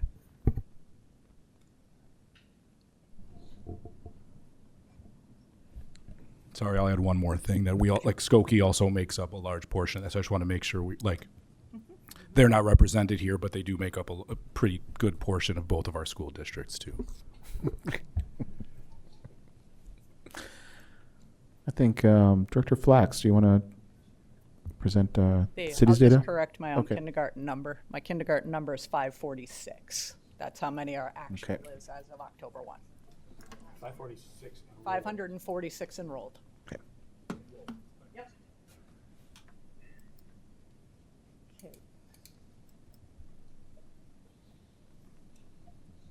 Okay. I'm sorry, before we move on here, were you asking Director Flax to talk about housing? No, we're gonna she's gonna share some of the information that we've learned from the Housing for All study and demography information that we have. Relevant to this. Yes. So we're still on demography. Yes. Yeah. My first thing is to sort of show what demography we have and how it actually really supports what the school district has. Sarah Flax, Community Development Director. This is actually information from a study that was our housing gap analysis. But I do want to point out that Evanston was one of the few communities that actually had an increase in its population in the Chicago area and the North Shore in the 2020 census. We actually had an increase of 4.87% to 78,110. I know that because I was in charge of trying to get people to respond, and it wasn't easy during the pandemic. But you know, what we got out of the housing gap study that was done for our housing plan is, you know, one of the things, well, I'll back up 1 second. We've been asked, why are our numbers of projected population change different from the school districts and different from, you know what, anytime you get a projection, it's going to be different from somebody else's. Sometimes it's the source of the data. Sometimes it's the period of time. When we were using the data from CMAP's projections, and they are our Chicago area planning agency that, you know, does most of the sort of projections, that goes out to 2050. So what we did was we ratcheted back and tried to figure out what it would be by 2045, and then a high and a low. And so these are the types of things that no estimator will say, yes, this is exactly what's going to happen. So no matter what we do, we're never going to get all the estimates to be the same. What we found in our DPP housing gap analysis is, you know, they said the population may not change substantially. They didn't say it wouldn't change, but it may not change substantially. But there may be shifts in the composition. And that's something that is exactly what the school district was seeing. Okay, you know, we're getting an older population. DPP projected that by 2030, senior households would increase by 7.6%, 671 more households, and that a greater than 10% increase was projected in 5 of our 18 census tracts. So, you know, you can see it in various parts of the city. Another factor is the majority of households are 1 to 2 people. We have our household sizes are declining. And only about 5% of households in Evanston have 5 or more members. Now, you don't ever know that 5 people in a household are necessarily 2 parents and 3 kids, but it does play into how many households are likely to be having children. We saw, one of the things we see is a rather stark and frightening percentage of our both renters, well, renters in particular, but owners, housing owners too, that are housing cost burdened. Housing cost burdened is HUD's metric. If you pay 30% or more of your gross income for housing, you are housing cost burdened. And that means you are subject to housing instability, and in a market where your housing prices are rising substantially, you're also very subject to just simply being pushed out because you can't afford to stay there. 48% of renters of all incomes are housing cost burdened, and about 24% of owners. So that's, you know, like 35% of total households. That's not a good thing. And that means about 11,000 households don't have the housing that matches up to their needs. We've seen significantly higher impact on Black households in particular because they have a lower average income than whites. And the housing gap is by far greatest for renters. You know, the mismatch is by far greater for renters, who are also the most cost burdened. The mismatch between supply and demand, excuse me, makes the housing gap of family-sized units for moderate income households one of the most acute. That's another thing we're seeing. There isn't available housing, whether it's rental or ownership, that's likely to provide for the needs, especially of young families with children, younger families. North Evanston has the highest rate of owner occupancy and the smallest average household sizes in the city. That matches up with the decrease of enrollments in some of the North schools. South Central and Southwest census tracts have the largest average household sizes in general, overall, And Census Tract 8102, which is the tract that goes from the Metra tracks west to Asbury and from Howard roughly up to Oakton, has the most family households, largest percentage growth in family households, and the largest number of rentals in the city. And Oakton School is pretty full, so that matches up too. So from a housing standpoint, we've got a lot of challenges. That includes addressing the needs of our low and moderate income renters so they aren't displaced, and also family targeted affordable rental. But home ownership is also out of reach for many, many people in the community now. And that's not unique to Evanston, but it's certainly a problem with our housing costs. Those were the statistics that really kind of match up with what the school district has. So then I'll try to go quickly through the. Yeah, and I think this is a good segue to talk about our strategic housing plan, because these two things really go hand in hand. So, yep. Before we move on, if you don't mind, like, are we satisfied that the school district numbers and the city numbers are in fact not so different? Is that question put to bed to everybody's satisfaction, or do we need to assign somebody to dig into the numbers a little bit more and help us address that once and for all? Because I'm feeling like they're probably not so different, but if somebody asked me, I couldn't say, look at this report, this page, line number 57. And yeah, I had, if it's necessary, I had talked to Dave Davis, and Northwestern might be able to provide some resources to sort of look at both of the reports together, not do new demographic analysis, but to look at it from a perspective of not being either party, and to do some analysis of that. It's also difficult to get exact numbers of anything. If you were, many of our statistics now come from the American Community Survey. The American Community Survey is small-scale sampling that then they statistically project.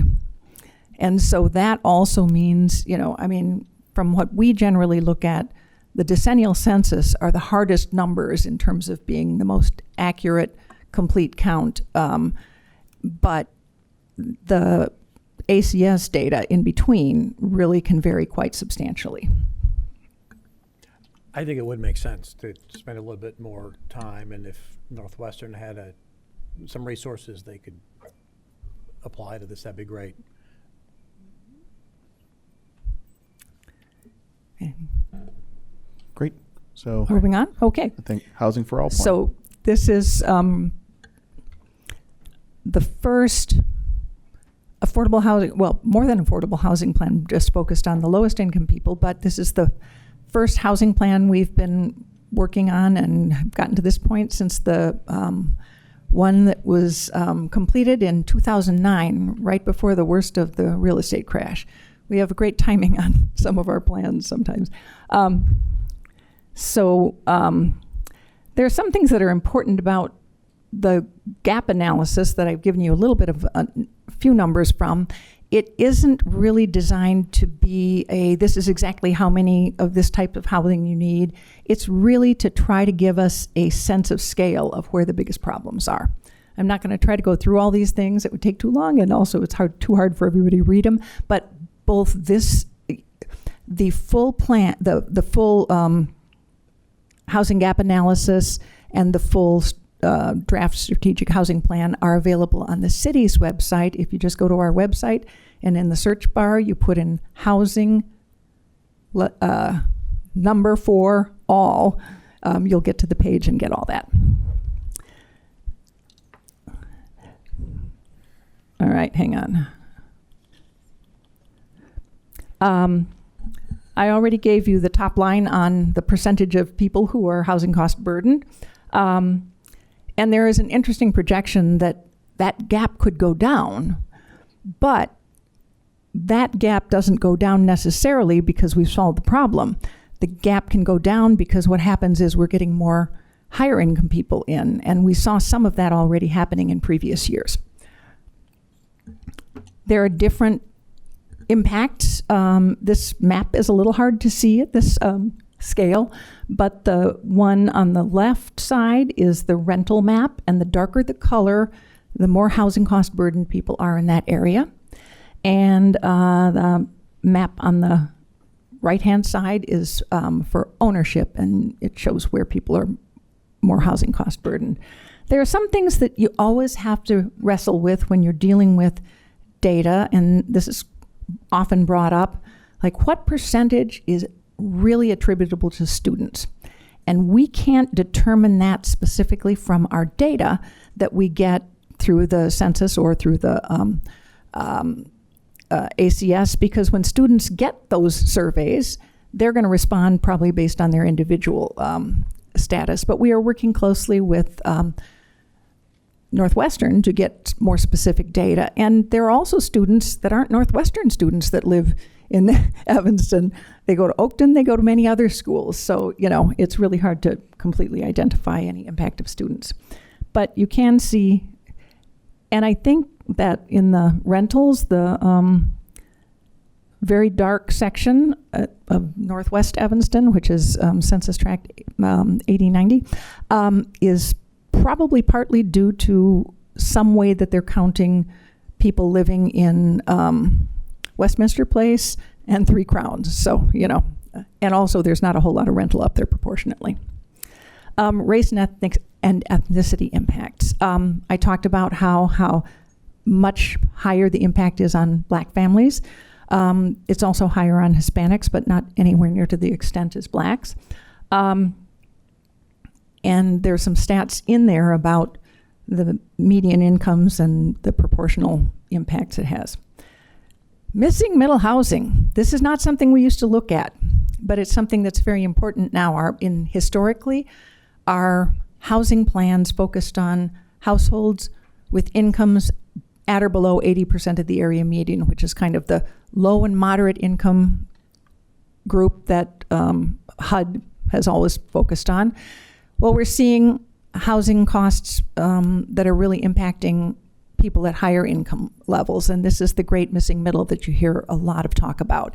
One of the things about missing middle housing is in the types of housing that are generally more affordable are attached single-family homes. In other words, it's like row houses, townhomes, that sort of stuff, and small flats, not necessarily brand new high rises, although there can be some housing that's affordable in there from our affordable inclusionary housing ordinance. But Evanston has a much lower percentage of those than either Cook County or Chicago. So that's something that we have to look at if we want to be able to provide housing for younger families. So this plan is sort of like one of the many other plans we have, but just for the housing market. It's a 10-year horizon. We're assessing housing needs, establishing priority, and focusing on being able to take action. We need to take bold action or we're not going to get anywhere. And it's really important to collaborate, and it's really valuable to be working with both the school districts here. We also have a number of nonprofit housing developers and for-profit housing developers and other agencies that are very important to that. We have to get more funding because we can't do it with what we have. And quite frankly, the current state of the federal government makes any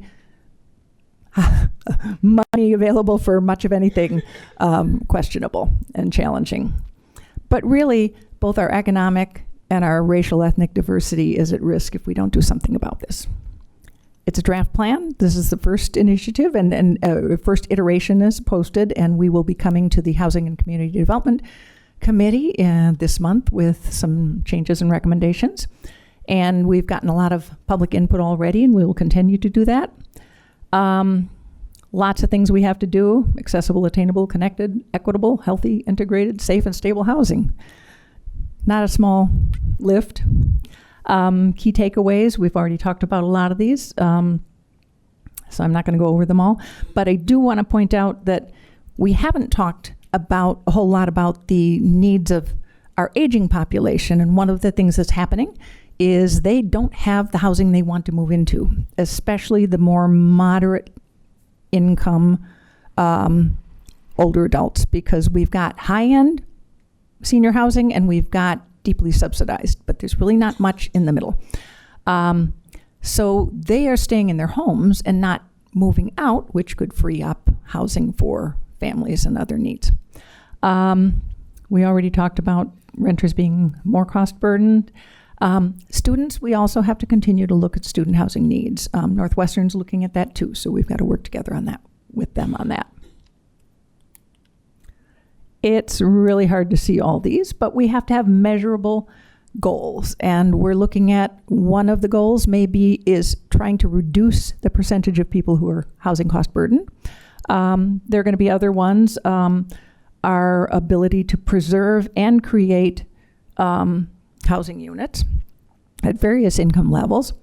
And we have a sort of preliminary number of ranging between 3,000 and 5,000. Now, that doesn't mean that's all new units. That means when we say preserve, we're looking at preserving units that are sometimes called naturally occurring affordable housing.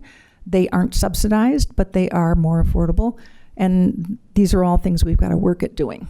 And we want to maximize and maintain and increase racial diversity, and also reduce segregation, our economic segregation, because Evanston is integrated economically overall, but within our community, it's pretty segregated.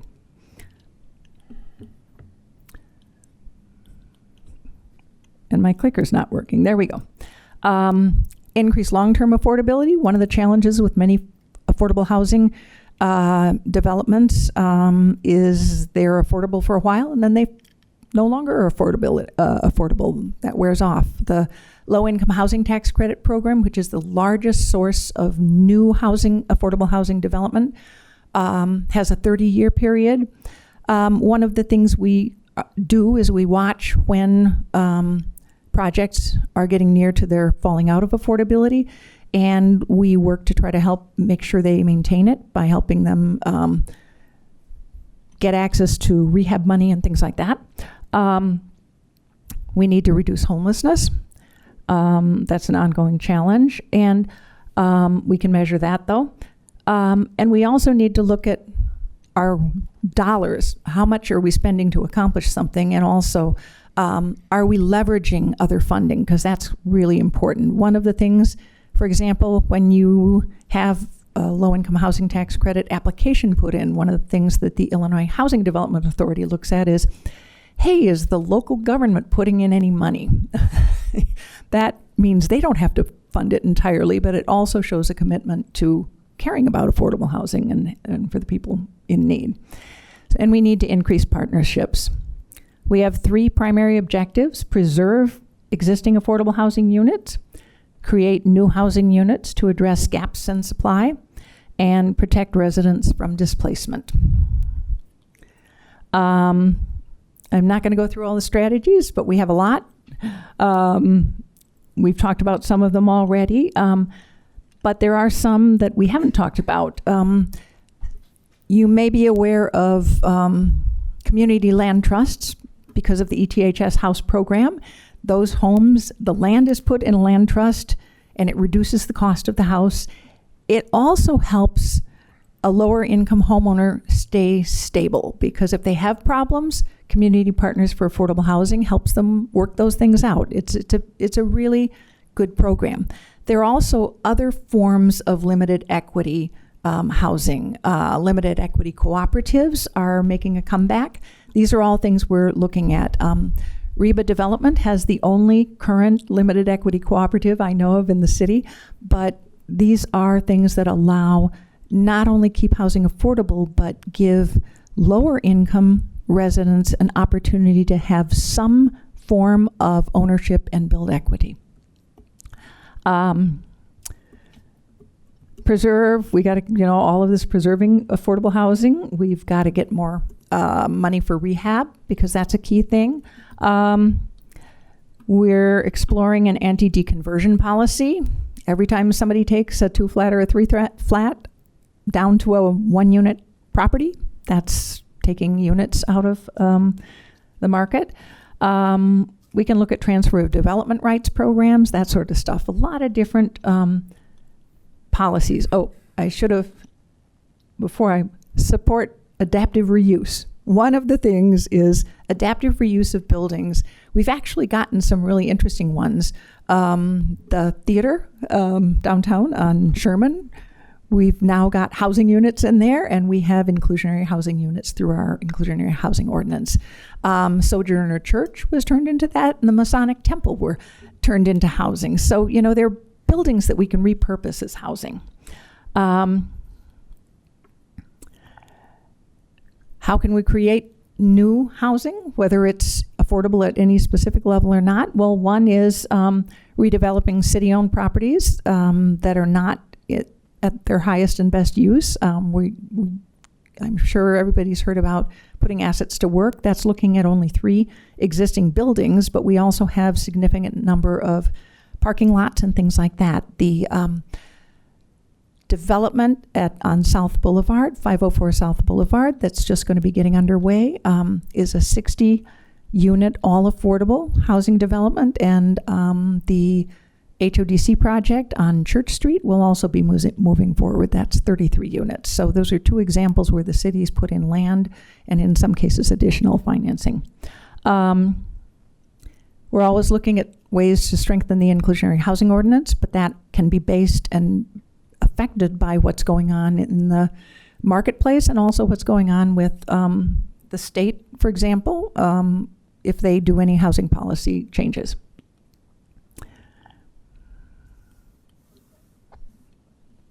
I know earlier in the comments, there was a conversation about partnerships around buildings being used to, like, noise. Has there ever been any collaboration around housing beyond, you know, what the high school has done? Any use of spaces transitioned into housing? With other partners? Between the districts, yeah. So has there ever been any conversations about school building land being used for housing? We haven't started those, but they're very important to consider. They're a number of ways that school districts have been putting some of their properties to work. Not only, sometimes it's for just housing in general, and another thing is to provide housing for their teachers, because that's a problem that you all run into. You can't get your teachers to be living in the community they're working in.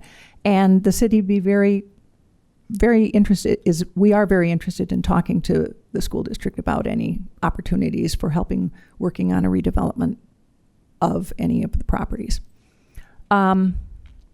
We got a lot of other stuff we have to do just to make things work more easily, streamlining processes, protecting existing residents who are potentially going to be pushed out as housing costs go up is very important to maintaining our community, because these are, in many cases, families and individuals who've lived in the community for many, many years. Fair housing, education, and enforcement is important because people still manage to discriminate. You see this in the rental market especially, but you also see it, these horrific articles about, wow, assessment, the valuations of houses are frequently completely different based on the color of the skin of the people who own the houses. That's not a good thing. One of the things we're talking about is establishing what's called a housing mitigation fund. This is where you have a fund of money where landlords who might be reluctant to take somebody who has a housing choice voucher, for example, because, they don't meet our credit score requirement, not surprising. If they take a household with the subsidy and something happens that they need to have, maybe they have to evict for some reason, or maybe there's damage, things that can be outside what the security deposit would handle, they can apply for assistance and get funding to help with that. Now, historically, what I've seen in places that have done this, San Diego had a program that it started a number of years ago, is it's rarely used, but it gives the landlords confidence that they can take on a household that they might not have otherwise. We're looking at changing building code requirements to reduce cost of construction. We're looking at single stairway for small flats. They're big in Europe. They're really big in Seattle, but it gives you more effective use of in the building because you don't have to have two large spaces devoted to stairways and or elevators. Lots of different things. Diversify and expand funding for anti-displacement work. There are hospitals that have worked with help provide housing, especially for people who are frequently in their emergency rooms, because if they provide housing and services, it actually reduces their cost and improves outcomes for that. We always need to look at rental assistance expansion. Federal dollars are diminishing for that right now. Challenges, if you put all your money into that, it's a short-term solution for one household for the particular month that you pay that rent. We need help from everybody. We're getting publicity, and actually the survey is over at the moment, but we're going to be asking for more input later. Any questions? I think Councilmember Newsma had his light on. Yeah, thank you, Sarah. This kind of ties back to our previous discussion. So I have a question for Dr. Beardsley in the context of our strategic housing plan and Envision Evanston, where we are looking at changing zoning, doing more to allow our population to increase in Evanston. Do the population or enrollment projections that you're basing your decisions on assume static zoning? So the demography report does not change zoning. And so that question has come up, but part of what we've said is since this is very much in process, and even once you change zoning, there are a number of years before those types of changes begin to impact our enrollment. Right. So it would this certainly assumes not be anytime soon. Status quo. Right. For the foreseeable future. Yeah, when the demography report was completed, there was no concrete information on changes of zoning. But even if we did change zoning and allowed more population to theoretically exist in Evanston, it would be years before that I would occur. assume it depends on what the projects are. Yeah. And what the timing is, and permits, and building, and all those things. A lot of it's hard to, because there are, right now what happens a lot is when people who are living in the city in high rises or places where they want a little more space for kids, start looking at suburbs, they may have children already. It's not like they're coming and starting their family. They may already have families, and we see that happen. Yeah. And I think what we've been saying in the community too is, we're looking at our utilization rates. We're trying to make plans. You can actually look back. It's been 30 years since 65 has closed a school. But as was pointed out here earlier tonight, there's a history of schools that have been closed. Some have been repurposed into other things. Some have been sold. Some have been leased and then brought back online. So ultimately, the disposition of any school that is closed, it becomes a board decision. However, my assumption is that we will at least hold some properties for flexibility if we choose to close, because we would want to be responsive over time. Thanks. Board Member Salem.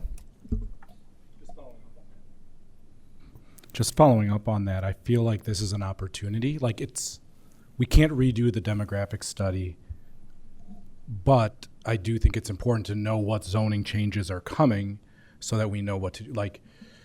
Right now, our our least utilized schools are in the 6th and 7th. How likely is it that we're going to be able to increase population up there with the zoning changes? If that is the case, I do think we should, that should come into consideration. It's hard to now, though I respect that it hasn't happened yet.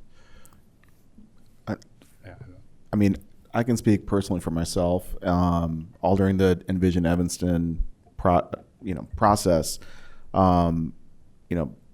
housing is such a big deal for folks. And what the housing gap analysis kind of bared out what I kind of knew kind of anecdotally from what's happening in town and in my ward. But you see that the 9th ward has some of the most diverse housing choices. You know, there's, you know, I think 4, like 2 flats, like just down the street from my house. There's apartment buildings, a block and a half away. And I think and it's not capital A affordable, but it is attainable. And so you see, people just have more opportunities. And, I think Director Flax pointed out that, we've actually really become economically segregated. There are just not options for working class folks in certain wards. And in my opinion, I think this upzoning and kind of loosening some of our restrictive zoning will help. Unfortunately, we should have had, Envision Evanston 2030, 15 years ago, 20 years ago. But, if this bears out correctly, how I think, this is just going to help. It's not, there's a lot of factors, households aren't as big, but I think every little bit helps. And I think this would be a move in the right direction. I agree. I guess my question is, and it doesn't need to be answered tonight, but how do we guarantee that we are going to partner on this? Like, how are the 2 school districts in the city going to be able to make sure the conversations are happening, make sure that there's action to be done so that we're all on the same page? Because again, I think we would love to see we would love it if we didn't have to close any buildings and they were full of children. But we'll need to partner with you all. Well, it really is, we've had upzoning is still controversial, but there are some things that I really want to point out, because I think sometimes when people say, oh my gosh, my neighborhood could be upzoned, they're thinking that suddenly they're going to get like a high rise, and that's not true.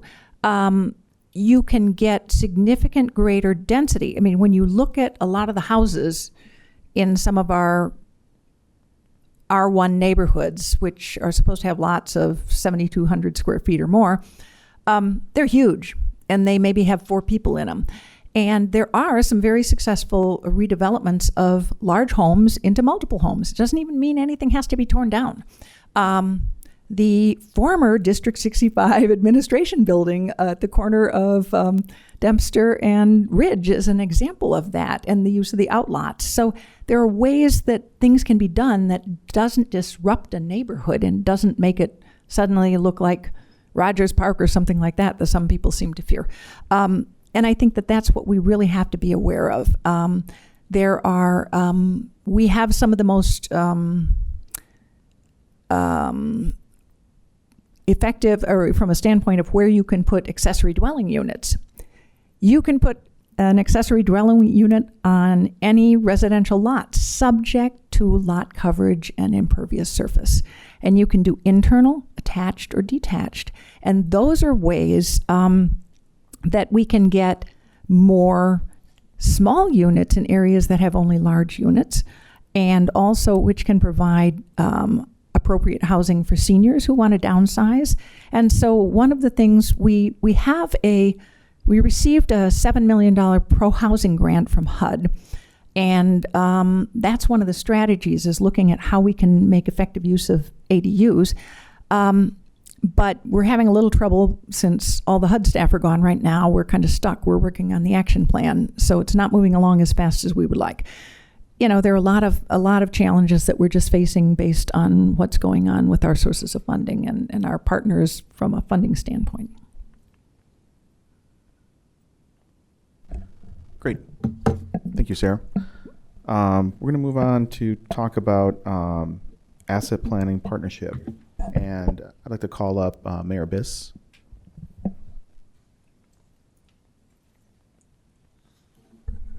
It says 8 seconds, Mr. Chair. Why don't we start just the timer? Arguably more than I deserve. Thanks very much, Mr. Chair, and thanks everybody for this conversation. I just wanted to do a quick dance and wave and say goodbye. I just wanted to just quickly, first of all, thank the District 65 folks. I think all 4 of you have taken some time to speak with me in recent weeks, and in the spirit of partnership. And I think all of us, not only we at the city, but also those at District 202, feel that sense of partnership as you're going through this wrenching experience. I was appreciative to see this agenda item pop up for this meeting, because what I have been asking myself in my role as leader for the city government is what role can we productively play to help you through this? I think we can all agree that the closing of a neighborhood school is traumatic. No one wants to do that unless it's absolutely necessary. And I'm hopeful that this conversation that's about to happen can be a part of figuring out what we can do about the fact that, listen, District 65 is sitting on a number of different properties with a number of different highly complex needs. The city of Evanston is sitting on a number of different properties with a number of different highly complex needs. There's a ton of dynamism as we are here in a rented city hall with an empty old city hall building, a police station and fire headquarters that need to be redone, the Noyes Cultural Arts Center that needs significant improvements, a library that is in part underutilized and needs improvements. There's a bunch of pieces on this chessboard, and I've been really appreciative to hear from several of you about your openness to thinking creatively about, can we use all those different moving pieces to help with the financial situation and potentially even avoid the need to close as many schools as would otherwise be necessary. The city manager and I have had the chance to speak about this, and I've asked him to make sure that our staff stand ready to partner with District 65 on this to whatever extent you guys are open to that conversation. And I'm just hopeful that with this many different balls in the air, we can find something that'll be helpful to you guys. So thank you for your diligent effort to go through this really hard process. And we're here to do whatever we can to make it easier and less painful, not only for our communities, but for the district itself. So thank you again. And I will watch this later, but actually I'm late for another engagement, so I'm gonna take off momentarily and apologize to the other folks waiting for me that I wasn't there a little while ago, but thank you once again. Thank you.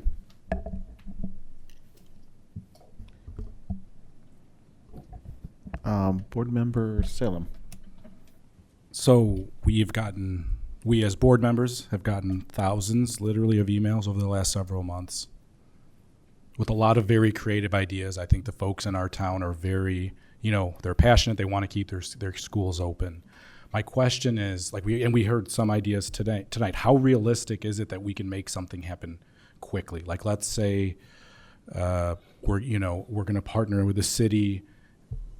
Is going to use one of our, part of our buildings as a community center, for example. Like, how realistic is it that we can get that done in a year, in 2 years? Like, what's our timeline?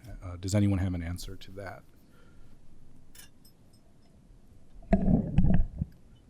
I would say that's a good question. I know just from my experience, based on, the kind of the facilities puzzle,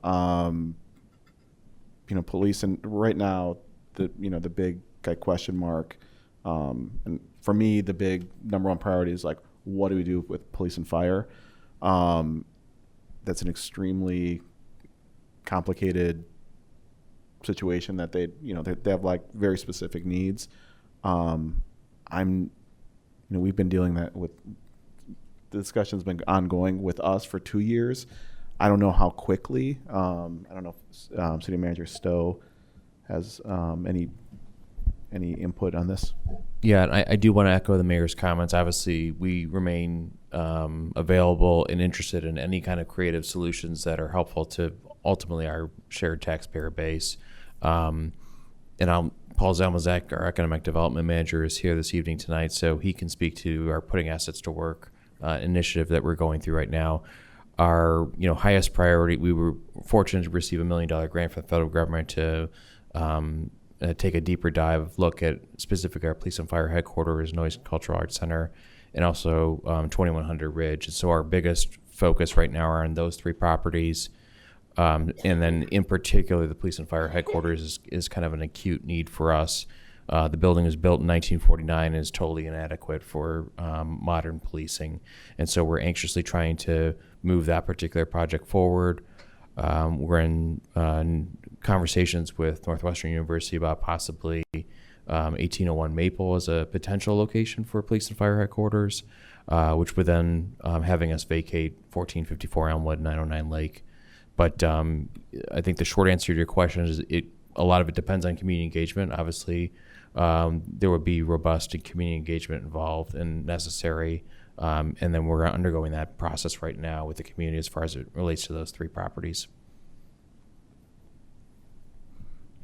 I can only speak for myself, but I've gotten emails about at least 2 of the properties you named of like, why don't we put a school there? Or like, could that be made a school? And I'm not saying we have to do that. I'm not saying we have the money to do it now, but I do feel like in the long term, there are some strategies that we can partner on, because some of our schools are in unfortunate locations. It's, hazardous crossings, things like that. And I guess, I don't know, I don't have a specific question, but again, that's just an example of some of the emails we've gotten from folks in just trying to brainstorm ways that we can try to, close fewer buildings and maybe figure out ways to save money along with the city. Mm-hmm.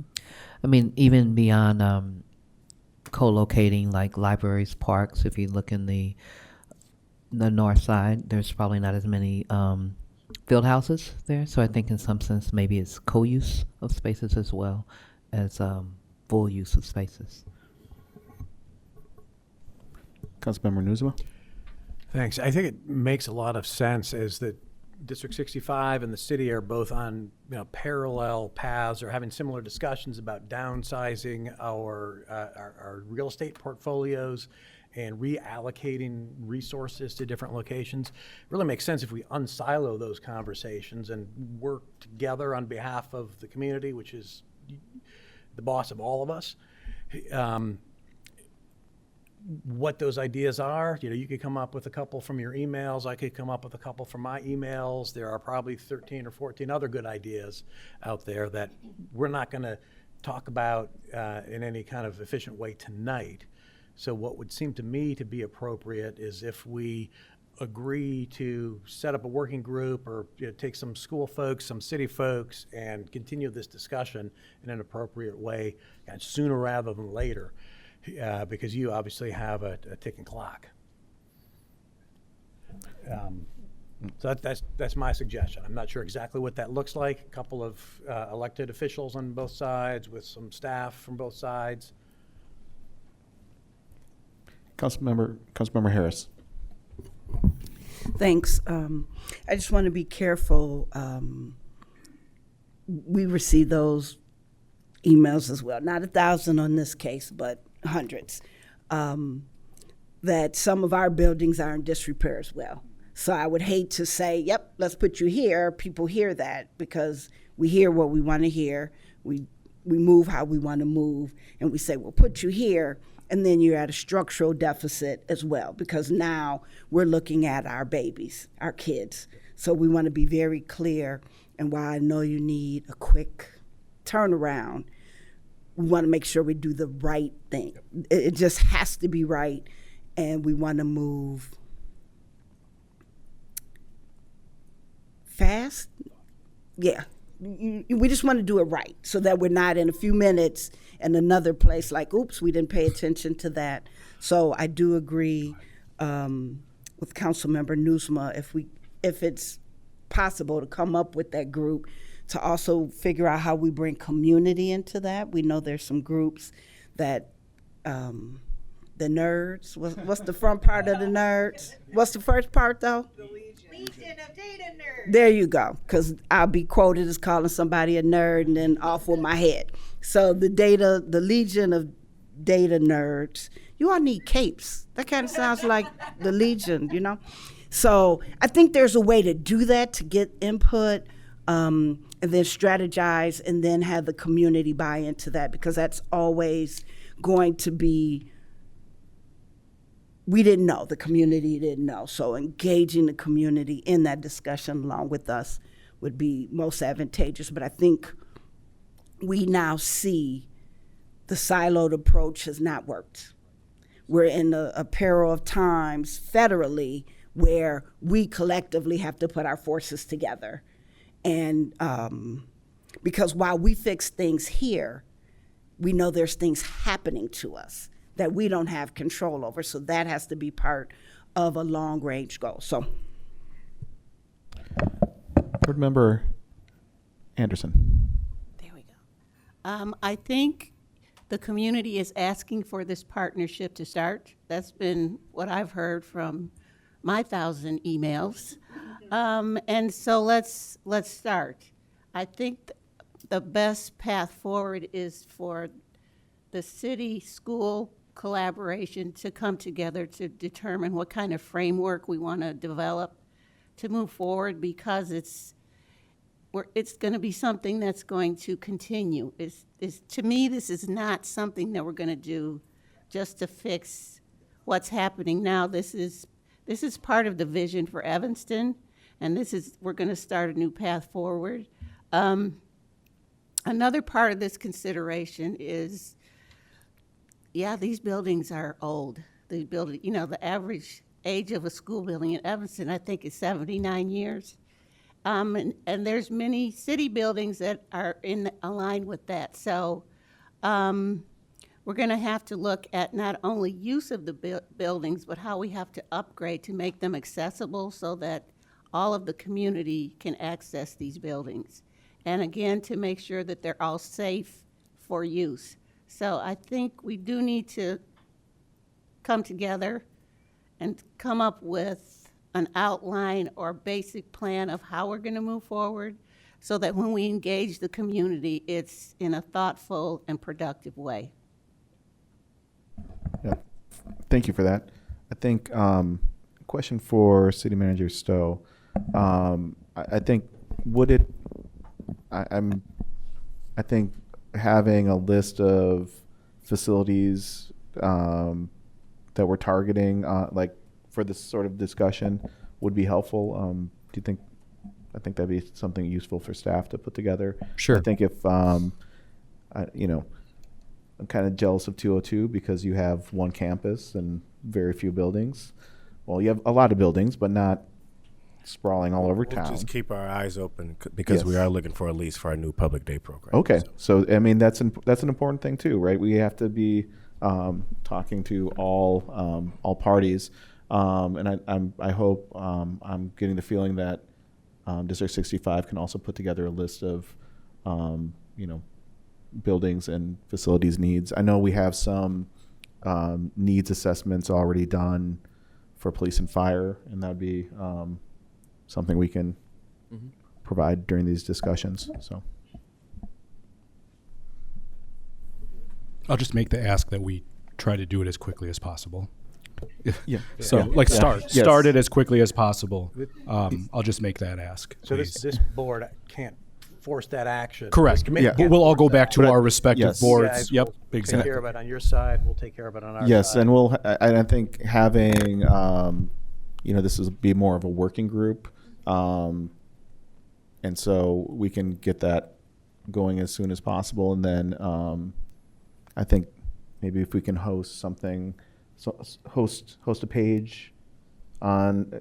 I know the city tries to do a good job about anytime we have a project. If you go to our website, you can search for the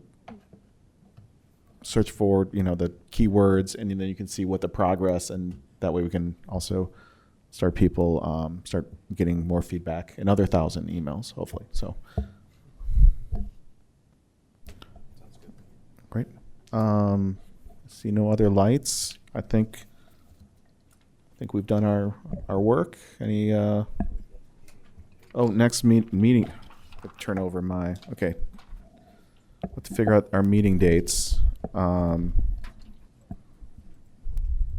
Chair, if I can just add for a second, ETHS is scheduled to host the next meeting. I think there was some debate whether the best date for ETHS is January 29th or February 5th. I don't know, Dr. Campbell, if you have a...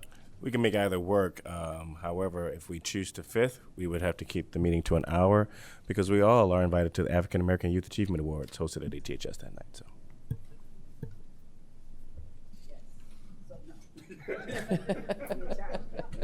So does that mean January 29th? That could work. Okay. I don't think we. May 7th Yeah. for District 65. And I don't think we just do nods. Everyone's good with the dates then? All right. And seeing no further business, we are adjourned.